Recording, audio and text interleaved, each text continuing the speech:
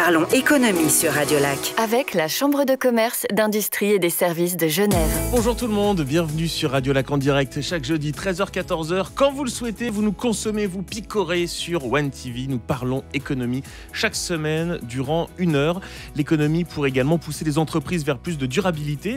C'est possible avec le SBA, ça veut dire Swiss Boards for Agenda 2030, celui-là je vais le dire en français, on le verra avec Christophe Barmand, le cofondateur de Loico un peu plus tard dans cette émission. Comment évolue le nettoyage un peu plus innovant d'ailleurs également en entreprise. Leïla Asloun de Vries, présidente, directrice générale de Prop, sera avec nous un peu plus tard dans cette émission. Autour de la table également Nathalie Hardin, bonjour. Bonjour. Vous êtes la directrice politique de la Chambre de commerce, d'industrie et des services de Genève. On a appris dans une étude, on a demandé à des entreprises que Genève est moins attractive sur le plan fiscal et sur le plan économique. Qu'est-ce que vous en dites ?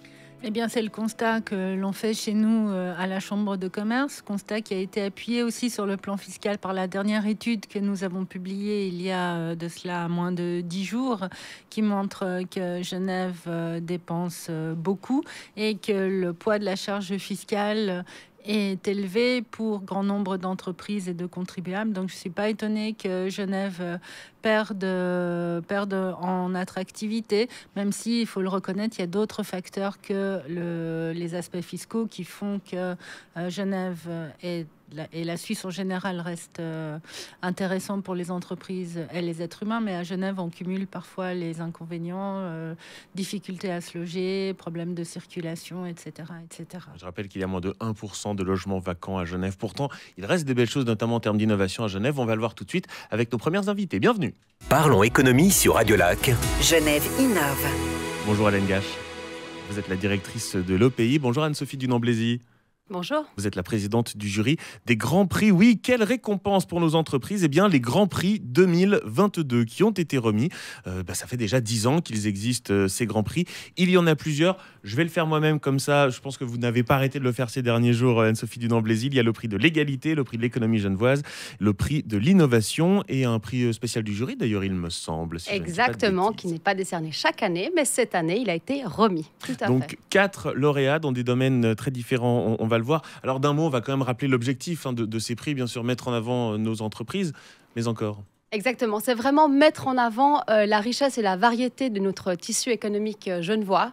Et donc, grâce au prix de l'innovation et au prix de l'égalité, on va essayer de mettre en avant des entreprises qui vont donner une image et du dynamisme de Genève. Et puis, pour le prix de l'égalité, on mettra en avant une entreprise qui essaye de mettre ce principe dans ses documents directeurs et puis également qui a une répartition des sexes égale à tous les niveaux de l'entreprise. Alors, tout type d'entreprise, que vous parlez du prix de l'égalité, on va rester là-dessus. C'est l'école Moser, en l'occurrence, qui l'a remporté cette année. Alors, tout à fait, c'est l'école Moser qui a remporté ce prix. Et puis, pourquoi l'école Moser ? Donc, on avait aussi différentes candidatures, entre autres 2 nominés, Nef Immobilier et puis le groupe Pictet. Pourquoi Moser est ressorti ? En fait, on fait que le gagnant ait le plus de points avec des critères. Alors, le critère, ça va être que les principes directeurs de l'égalité soient dans la charte de l'entreprise, que tous les sexes soient dans les différents niveaux de l'entreprise. Et puis, on va regarder concrètement ce que l'entreprise fait. Et je dis vraiment regarder concrètement parce que le jury, c'est pas uniquement on reçoit des dossiers puis on va lire les dossiers. Non, on va se déplacer, on va aller rencontrer les entreprises et puis rencontrer les personnes qu'il y a derrière. Je vois à côté de vous Hélène Gache qui dit oui de la tête. Quand on est Hélène Gache, directrice de l'OPI, qui est, je rappelle, l'Office de promotion des industries et des technologies, on est sensible aussi à ces questions d'égalité, comme l'a souligné à l'instant Sophie Dunant-Blaisy autour de l'école Moser, où c'est plus anecdotique parce que finalement vous vous concentrez sur d'autres choses. Alors, il est vrai qu'on se concentre sur le secteur industriel, mais Je vais devoir vous demander de vous rapprocher un peu de votre micro pour entendre mieux. Il est vrai qu'on se concentre sur le secteur industriel, puisque c'est effectivement notre focus et notre but. d'aider ces entreprises. Mais c'est un sujet très intéressant, les qualités, parce que finalement, c'est un sujet qu'on pourrait recouvrir sous la terminologie ESG, donc environnementale au niveau durabilité, sociétale ou de gouvernance. Et une bonne entreprise, pour être durable, se doit aussi d'être diverse. Donc je pense que c'est très important. Alors il est vrai qu'on a souvent communément tendance à penser que l'industrie est plutôt masculine, mais je crois qu'il y a de plus en plus de femmes et des volontés effectivement d'avoir au moins une diversité. D'ailleurs, pour l'instant, autour de cette table, en tant qu'invité, il n'y a que des femmes. Voilà, donc, effectivement, les choses évoluent et c'est tant mieux. Vous êtes également membre du jury, parce qu'il y a quand même quelque chose dont il faut que je vous parle. Prix de l'innovation. Alors, l'innovation est très belle, des poses laser d'alliage innovant, Kugler Bimetal, qui existe depuis 1863. On est innovant quand on est là depuis 1863. Mais oui, exactement. C'est presque une évidence. C'est même un pléonasme, innovation et durabilité, qui est représenté effectivement par Kugler, parce qu'une société comme Kugler, qui vient donc de la fonderie traditionnelle et qui aujourd'hui est en train de faire de la dépose au travers des lasers, elle sait innover et c'est pour ça qu'elle est encore là. Donc c'est un merveilleux exemple, parce qu'on imagine souvent l'innovation sous la forme de start-up, de jeunes pousses qui arrivent avec les yeux grands ouverts et plein de bonnes idées. Donc cela, bienvenue. Mais je pense que l'innovation, elle est aussi durable parce qu'elle est faite par des PME et par des entreprises qui sont beaucoup plus établies. Moi, je suis fan du prix de l'économie genevoise. Alors là, c'est Spinart. Je vais vous laisser Anne-Sophie Dunant-Blazy nous présenter cette entreprise. Oui, tout à fait. Donc, c'est un pionnier dans la chirurgie de la colonne vertébrale. Et de nouveau, on a été leur rendre visite. Et c'est assez impressionnant parce que ils vont faire des prothèses. Hélène, tu me corriges si jamais, mais je t'en prie. en 3D, avec des imprimantes 3D, c'est assez exceptionnel. Et puis, on touche, ce qui nous a aussi assez ébahis, c'est qu'on touche la colonne vertébrale. Et puis, ils font de tels progrès. Ils donnent aussi une image dynamique et positive de Genève à l'extérieur. Et ça a été vraiment, pas un coup de cœur, parce que c'est vraiment fait sur des critères, mais on a été, lorsqu'on est sorti de cette visite, vraiment, je dirais presque subjugués. Elle a dit juste, c'est tout. Elle a dit juste, tout à fait. Et puis le prix spécial du jury à Artanim. Alors Artanim, entreprise que l'on peut finalement d'une certaine manière toutes et tous découvrir à Genève avec Genève 1860, si je me rappelle bien de Dreamscape. Voilà, Ça s'appelle Dreamscape. C'est à Confédération Centre. Ça a ouvert, si je ne m'abuse, début septembre. Et pareil, donc avec les membres du jury, on a été leur rendre visite en amont. Et puis c'est une expérience assez incroyable. Ils sont vraiment dans la capture du mouvement, que ça soit dans le jeu, comme on peut le faire à Dreamscape, ou aussi dans tout ce qui est médical. Et donc, pour revenir à Dreamscape, on nous met des capteurs sur les mains, sur les pieds. On n'a pas de sac à dos, c'est ça qui change aussi énormément. On a le casque et puis on a différentes aventures qu'ils proposent actuellement. Il y en a 3 différentes, 2 pour les plus jeunes et les ados, et puis une aussi pour les jeunes et les ados, mais aussi. J'allais dire, vous avez fait laquelle, vous? Alors, j'ai découvert Genève. D'accord. Voilà, le vieux Genève. C'était magnifique et vraiment, je conseille à tout le monde. Et voilà, le prix spécial du jury n'est pas donné chaque année, c'est un coup de cœur. Et là, vraiment, on a eu un coup de cœur pour cette magnifique fondation. Oui, dans le médical, dans le jeu, puis dans le cinéma, ils ont travaillé notamment sur le dernier Matrix, comme quoi c'est pas rien, c'est à Genève que ça se passe. On continue de parler économie, de parler de ces grands prix dans quelques instants sur Radio Lac et sur One TV, évidemment. Parlons économie sur Radio Lac.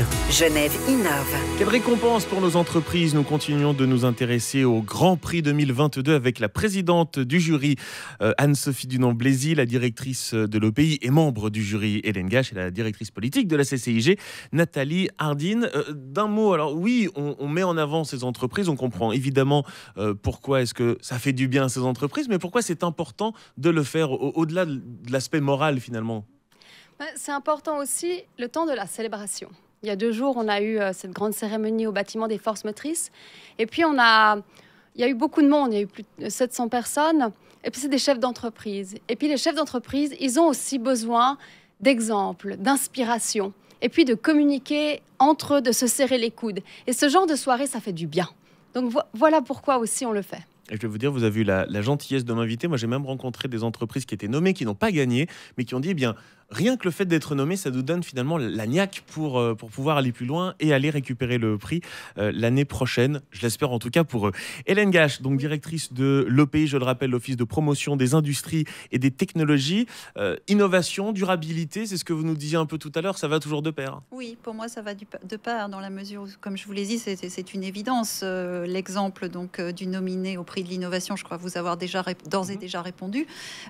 Les entreprises, si elles veulent durer, si elles veulent être au fait de la situation que nous vivons, par exemple, aujourd'hui, elles se doivent d'être durables. Aujourd'hui, leurs clients vont leur demander d'être durables, d'accord ? Donc, c'est quelque chose qui est presque intrinsèque et qui va être de toute façon traité et qui est déjà traité par les entreprises, même industrielles, parce que souvent l'industrie est vue comme un grand pollueur, comme producteur de déchets, ou je sais pas, on imagine les usines avec des fumées. Bon, on n'en a pas trop à Genève. On entend beaucoup parler de fast fashion ou de choses comme ça. Voilà. Alors oui, pour un sujet qui est plus proche de tout public, effectivement, de fast fashion. Mais en ce moment, il faut que vous sachiez que les entreprises, celles qui ont été vues au niveau du prix des grands prix de l'économie, le critère de durabilité, il était sous-jacent dans toutes nos décisions. Je pense que Anne-Sophie acquiesce de la tête. Et c'est quelque chose qui est maintenant dans tous les caractères innovants, quand on cherche à accompagner des entreprises dans l'innovation, c'est maintenant quelque chose auquel elles ne peuvent pas échapper. Si on a deux projets, on va regarder un projet qui s'inscrit dans la durabilité. On ne va pas regarder un projet qui s'inscrit dans une pollution classique. Voilà. Oui, aujourd'hui, c'est vrai que c'est latent, y compris d'ailleurs sur l'aspect politique, puisque vous êtes Nathalie Ardine, directrice politique. On parle très souvent dans cette émission de cet aspect-là. Oui, effectivement, c'est un sujet dont on parle depuis longtemps à la Chambre, mais pas seulement.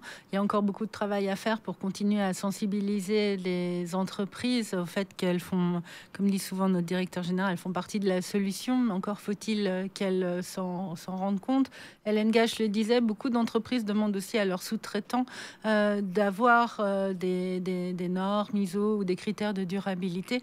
Donc ça devient de plus en plus une nécessité pour les entreprises genevoises. Et en ce qui concerne les grands prix de l'économie, je confirme que c'était vraiment une soirée magnifique et ça fait plaisir de voir ces entrepreneurs qui sont là et qui peuvent échanger. L'échange, c'est aussi quelque chose qui est très important pour la Chambre, pour ses membres et puis pour le progrès en général entre entrepreneurs.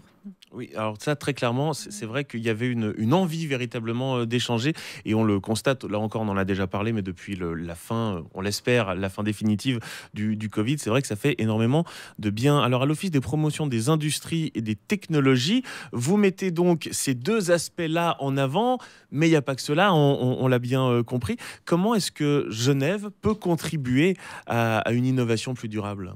Écoutez, je crois que le territoire genevois est parfait. Pourquoi ? Parce qu'on a des hautes écoles, on a une université. Donc ce qui différencie les hautes écoles de l'université, c'est la recherche appliquée et les recherches fondamentales. Donc on a les deux aspects. Donc on peut vraiment avoir une transdisciplinarité. Donc ça, c'est absolument génial. On a aussi quand même un acteur et pas le moindre, qui est le CERN, qui est donc quand même un îlot très proche de nous, où de nombreux cerveaux cogitent, donc c'est très important. Donc cette proximité, notamment du CERN, des hautes écoles et de l'université, permettent aux entreprises, en fait, de valider certains concepts. Et nous, en tant qu'organisme de promotion, nous les invitons justement à ne pas hésiter à tester des concepts, d'accord ? Parce que je crois qu'on apprend et on innove parce que on rate parfois. Il faut avoir cette culture d'essayer, de recommencer, parce que finalement, les grands découvreurs, finalement, ils ont parfois été à l'écoute de choses auxquelles ils ne pensaient pas, et puis surtout, ils ont su les entendre, et puis ils ont su prendre des risques. Et donc, je crois qu'on a un écosystème qui nous permet effectivement de créer de l'innovation et puis durable, parce qu'on est un petit territoire. Nous sommes dépendants énergétiquement et pour beaucoup d'autres choses. On va le savoir encore plus cet hiver. Voilà, exactement.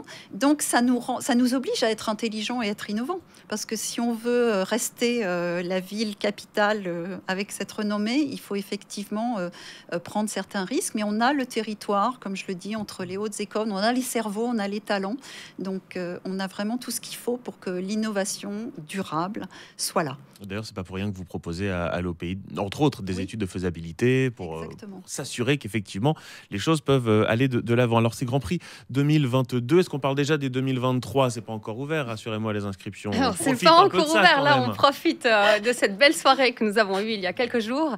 Non, mais elles vont s'ouvrir. Et c'est vrai que la nouveauté de l'ouverture des candidatures et puis le fait que les chefs d'entreprise peuvent eux-mêmes déposer leur candidature, c'est nouveau depuis l'année passée et ça a très bien marché, donc on refait ça cette année avec grand plaisir. Et puis aussi la grande nouveauté de cette année, c'est qu'il y a eu des nominés. C'était la première année où on avait 3 nominés. Le suspense, c'est aussi pour ça que la soirée elle a été très dynamique, le suspense et puis les lauréats qui sont sortis à ce moment-là. Oui, ça c'est très différent, c'est pas uniquement, ce qui est déjà pas mal, une remise de prix, c'est que là effectivement il y a le grand suspense, si grand suspense. Pour ceux qui ont raté ça avec l'agenda cette année, rendez-vous l'année prochaine en septembre. C'est votre côté sadique, Anne-Sophie Dunon. Ah non, pas du tout. Présidente du jury des Grands Prix, Hélène Gage, vous êtes directrice de l'EPI, membre du jury, Nathalie Hardin, directrice politique de la CCIG, qui contribue, qui participe également à ces Grands Prix de l'économie. L'intérêt pour la Chambre, quel est-il exactement, à part de découvrir ces entreprises innovantes ?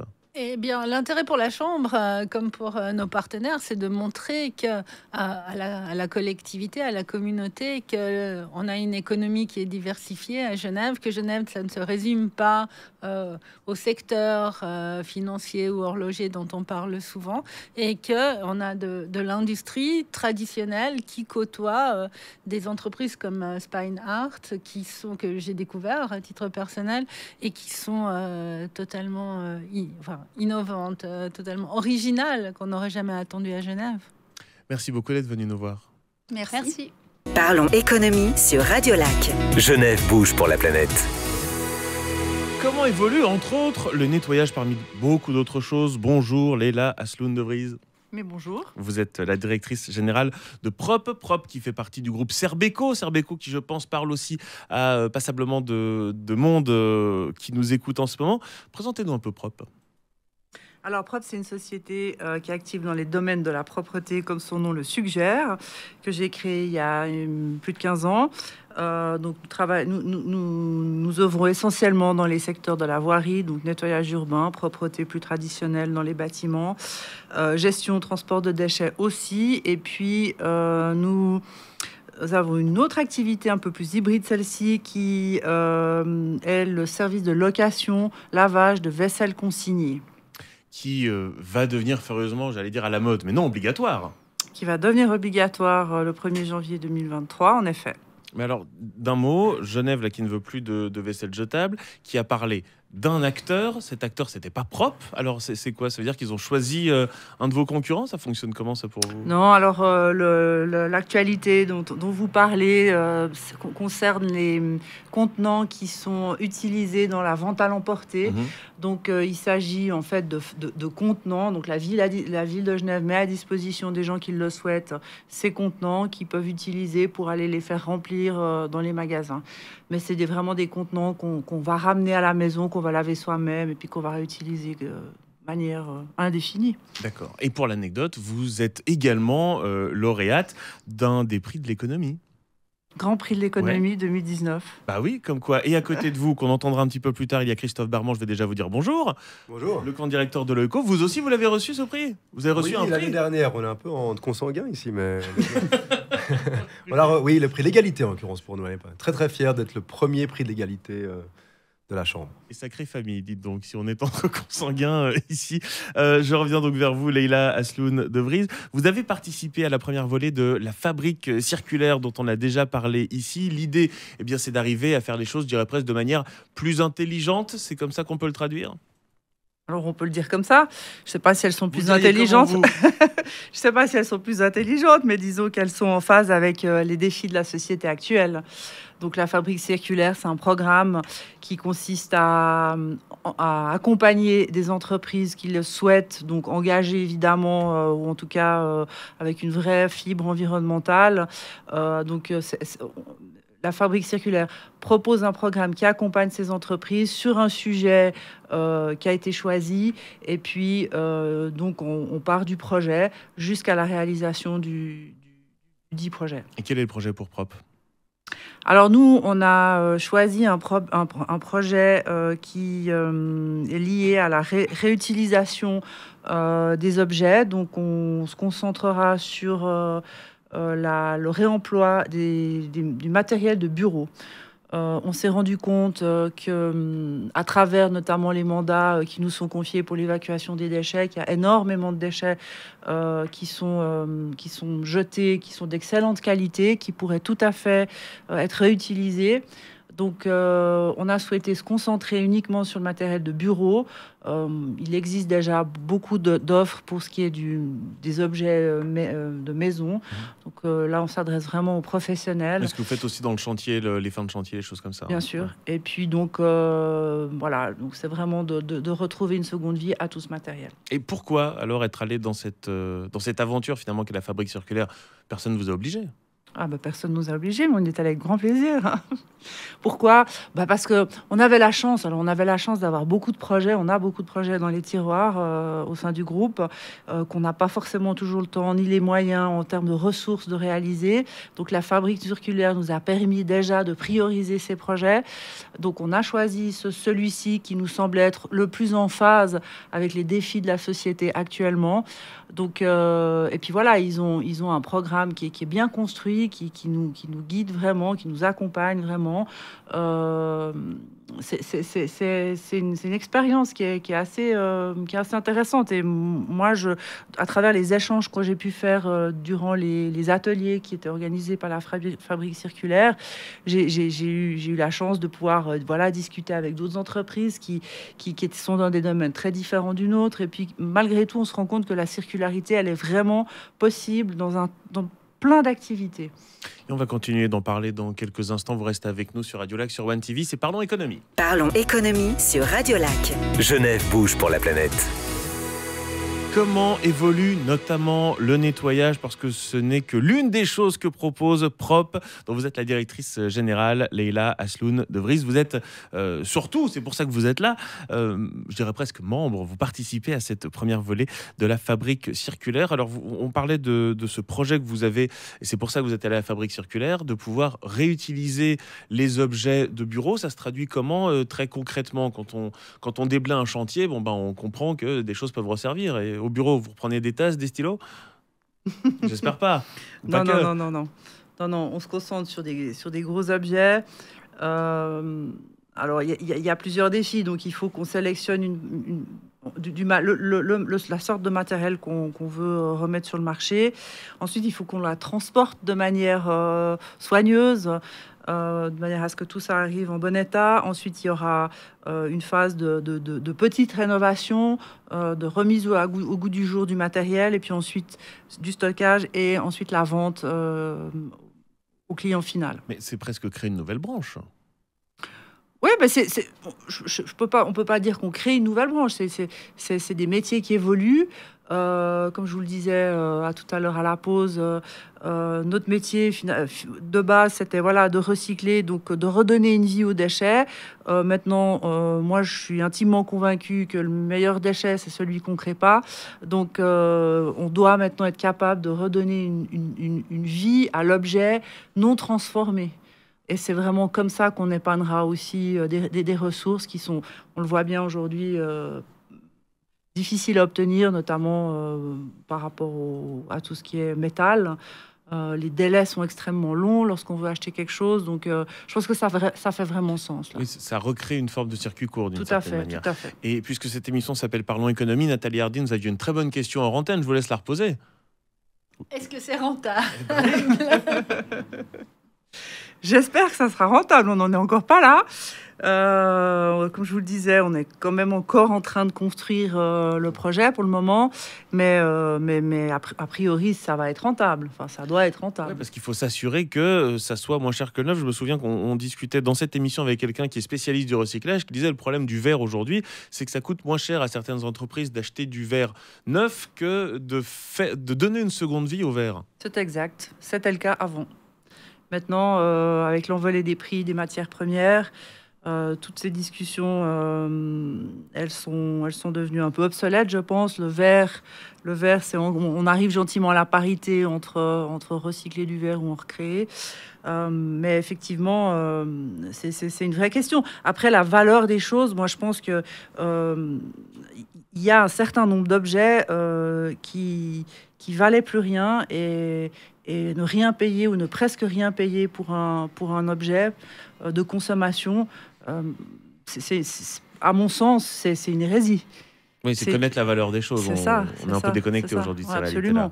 Absolument. On payait le kilowattheure 6 centimes. Alors bon, aujourd'hui, on en est à 60, 70, 80 centimes selon les contrats qu'on a négociés. Mais voilà, moi, je pense qu'un kilowattheure, ça doit valoir quelque chose. Alors, ça vaut peut-être pas 80 centimes, mais ça doit valoir plus que 6 centimes. Sinon, on se rend pas compte de ce qu'on consomme. Et ça, c'est un problème. Et ça, c'est une notion importante quand on participe à la fabrique circulaire, justement, le vrai coût des choses. Oui, bon, on n'a pas vraiment travaillé autour de la valeur des services ou des produits et des services qu'on veut mettre en place. On est vraiment parti sur la faisabilité, sur la réalisation du projet. Après ça, c'est plutôt une question de l'entreprise de faire en sorte que son projet soit viable et soit économiquement rentable. Évidemment qu'on a mis de côté des utopies, enfin voilà, certains ou des projets trop compliqués. Trop compliqué aujourd'hui, mais trop compliqué on aura d'autres dévolés, évidemment. Ça, tout à fait.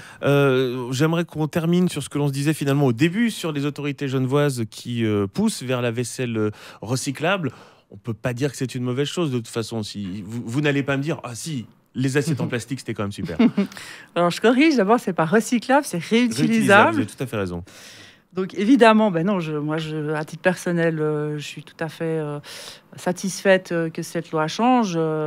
À titre personnel, en tout cas pour mon entreprise, c'est plutôt une bonne chose. Je rappelle juste qu'on a commencé cette activité il y a 8 ans. C'était pendant longtemps une activité tout à fait militante qui s'adressait à des clients qui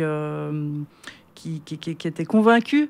Aujourd'hui, bon, ben voilà, ça devient une obligation, mais finalement, ça reste quelque chose de simple à mettre en place et puis de pas si coûteux. Et puis, j'en reviens à ce que je vous ai dit tout à l'heure sur la valeur des choses. Voilà, bon, c'est un petit peu plus cher, mais bon, ça, je pense que c'est juste une question d'habitude. Et puis, dans très peu de temps, on n'imaginerait même pas qu'on pouvait faire autrement. Rappelez-vous, à l'époque, on fumait dans les bars. Aujourd'hui, qui pourrait imaginer que ça pouvait se faire encore? Nathalie Hardin. Je voulais juste émettre un petit bémol par rapport à cette nouvelle loi sur les déchets et les difficultés qu'elle va causer, au moins dans un premier temps, pour les commerces qui sont extrêmement inquiets, puisque la nourriture, ce qui est vente à l'emporter, ne devrait plus être autorisé quand c'est dans des emballages plastiques. Alors, je comprends... c'est uniquement dans ces emballages réutilisables, effectivement. Oui, effectivement, tout à fait. Mais en tout cas, dans la branche du commerce, il y a encore beaucoup d'inquiétudes parce que ça entre en vigueur en janvier et à ce jour, personne ne sait comment ça va pouvoir être organisé et puis comment si les commerces vont devoir s'organiser pour récupérer toute la vaisselle jetable, enfin les contenants jetables que les clients auront laissés dans le magasin pour mettre dans leur... Tupperware, si je peux utiliser ce mot. Vous pouvez, vous en avez le droit. Ça, j'ai l'impression que de toute façon, on en reparlera effectivement dans cette émission. Sujet extrêmement large. Merci beaucoup en tout cas, Leïla Asloun de Vries pour ce retour d'expérience, la directrice générale de Prop. Merci. Et je rappelle que Prop, alors c'est aussi bien pour les entreprises. Moi, j'aime bien le système Easy, ce que vous avez dit, manif pour les manifestations. Et je crois que c'est mon préféré, Easy Party, pour faire la fête à la maison avec des choses réutilisables. Merci beaucoup d'être venu nous voir. Parlons économie sur Radio Lac. Le Focus. Bonjour Christophe Barman. Vous êtes le cofondateur de Loico. Rappelez-nous ce qu'est Loico. Une entreprise de services qui sous-traite tout ce qui est RH, finance, assurance, marketing, que des trucs hyper cool à faire. Et puis qui compte 120 collaborateurs sur 4 sites en Suisse. Et on va se poser la question comment pousser les entreprises vers plus de durabilité. C'est un petit peu une thématique aujourd'hui, puisque lors du World Economic Forum, il y a eu l'instauration du SBA 2030, le Swiss Boards for Agenda 2030. Voilà, comme ça je donne l'intégralité en anglais. Là encore, je vais avoir besoin de vos lumières. Écoutez, c'est une initiative qui est portée par la fondation Bilab, Bilab que certains connaissent puisqu'il porte le label Bicorp en Suisse et à l'international. Et c'est une initiative qui part d'un constat assez simple, c'est que le monde va mal, le climat va très mal. Il nous reste quelques années pour évidemment changer les choses, essayer de les changer, tant que faire se puisse. Et l'économie a un énorme rôle à jouer là-dedans. Et l'économie doit prendre ses responsabilités. Et en tout cas, ce groupe d'entreprises qui fait partie des lanceurs de l'initiative avec Bilab essaye de prendre ses responsabilités en se regroupant autour de l'agenda 2030 de la Confédération pour le climat. Et cet agenda 2030, simplement, il va nous pousser à mieux gérer nos ressources naturelles, mieux gérer notre énergie, à aussi mieux intégrer les gens, tout ce qui est en lien avec la durabilité. Et c'est une 50aine d'entreprises, dont des entreprises comme Veleda, comme Ricola, notamment, qu'on connaît bien en Suisse, qui sont engagées pour notamment changer leur statut, donc intégrer dans les statuts des entreprises la question de l'impact sociétal et environnemental, et aussi pour former les boards des organisations aux enjeux climatiques et sociétaux, boards qui ont l'air, dans ces temps un petit peu compliqués, de l'oublier, de temps en temps qu'on a un problème climatique. Mais alors ça, on le fait comment extrêmement concrètement? Parce que moi, je suis allé, j'ai essayé de me renseigner. Il y a un très joli playbook, même en français, c'est le playbook de 90 pages. Alors il faut agir, on veut agir. Il y a des citations de Socrate, c'est super. Mais après... Déjà, il y a une chose qui est quand même assez forte, c'est qu'assez longtemps, on a opposé le non-profit du for-profit. Et c'est vrai qu'une entreprise, une SA, une SARL en Suisse, a dans ses statuts le fait qu'elle veut faire du profit.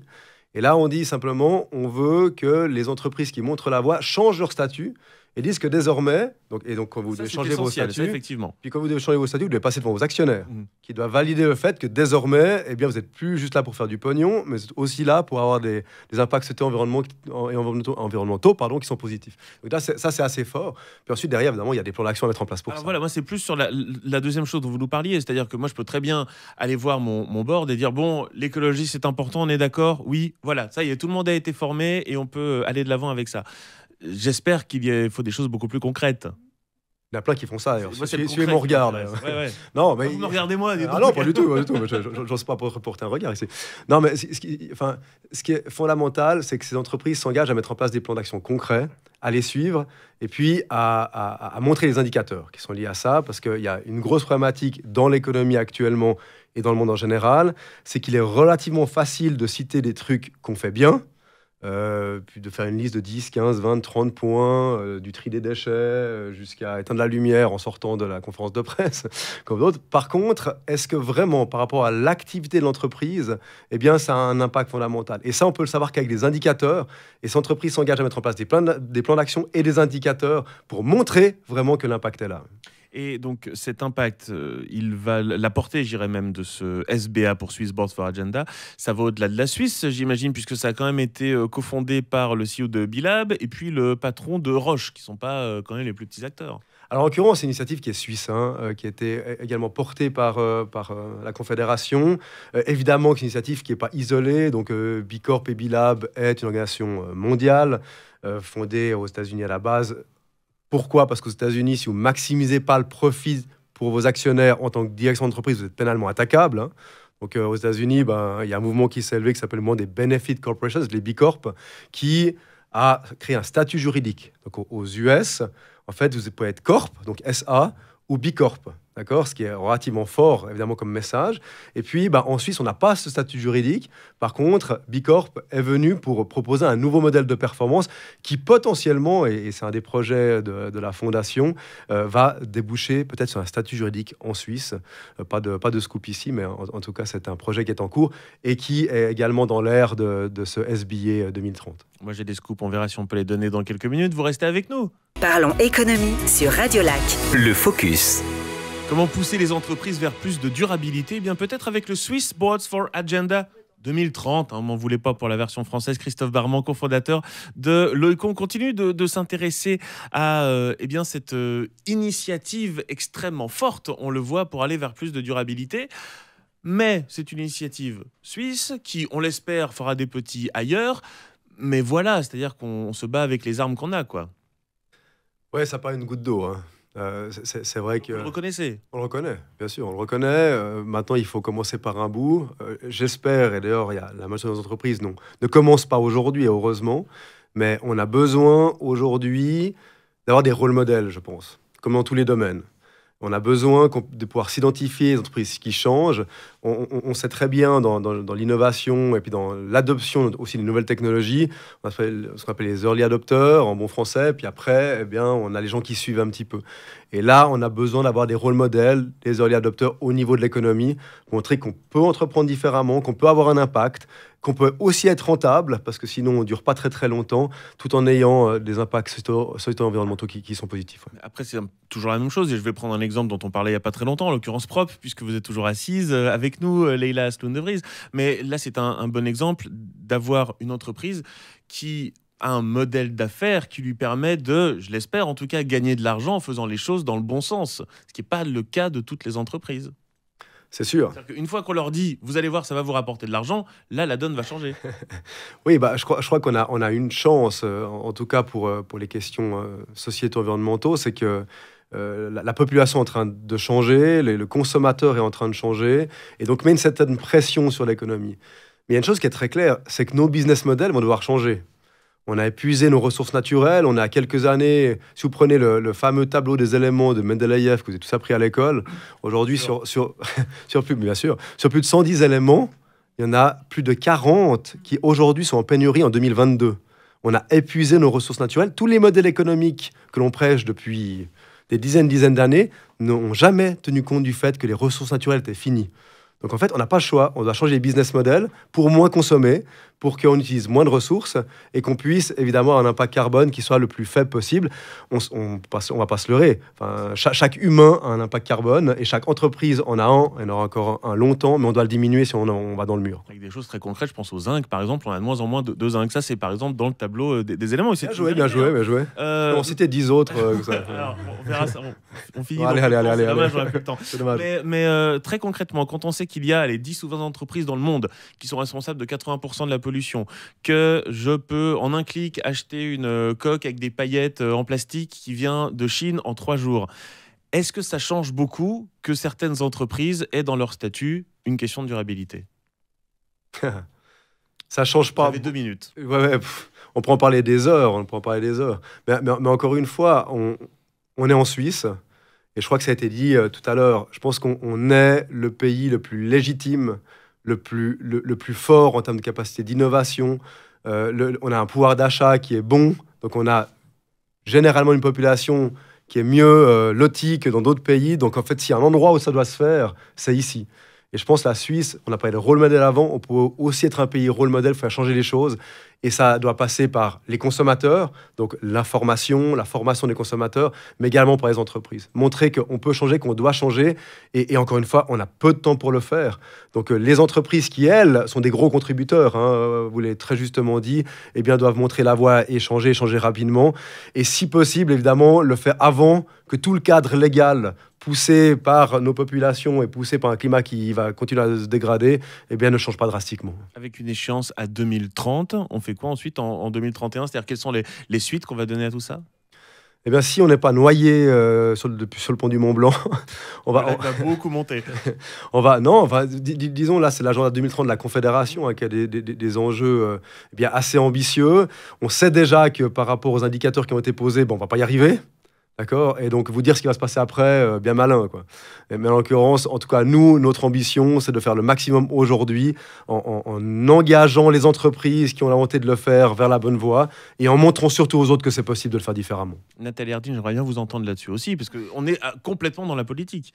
Oui, on est complètement dans la politique et Christophe Berman a raison quand il dit que c'est important qu'il y ait des entreprises qui montrent la direction parce que quand on teste un nouveau produit ou bien quand on va ouvrir un nouveau service, on vous demande toujours « Ah oui, mais qui est-ce qui a déjà signé avant ?»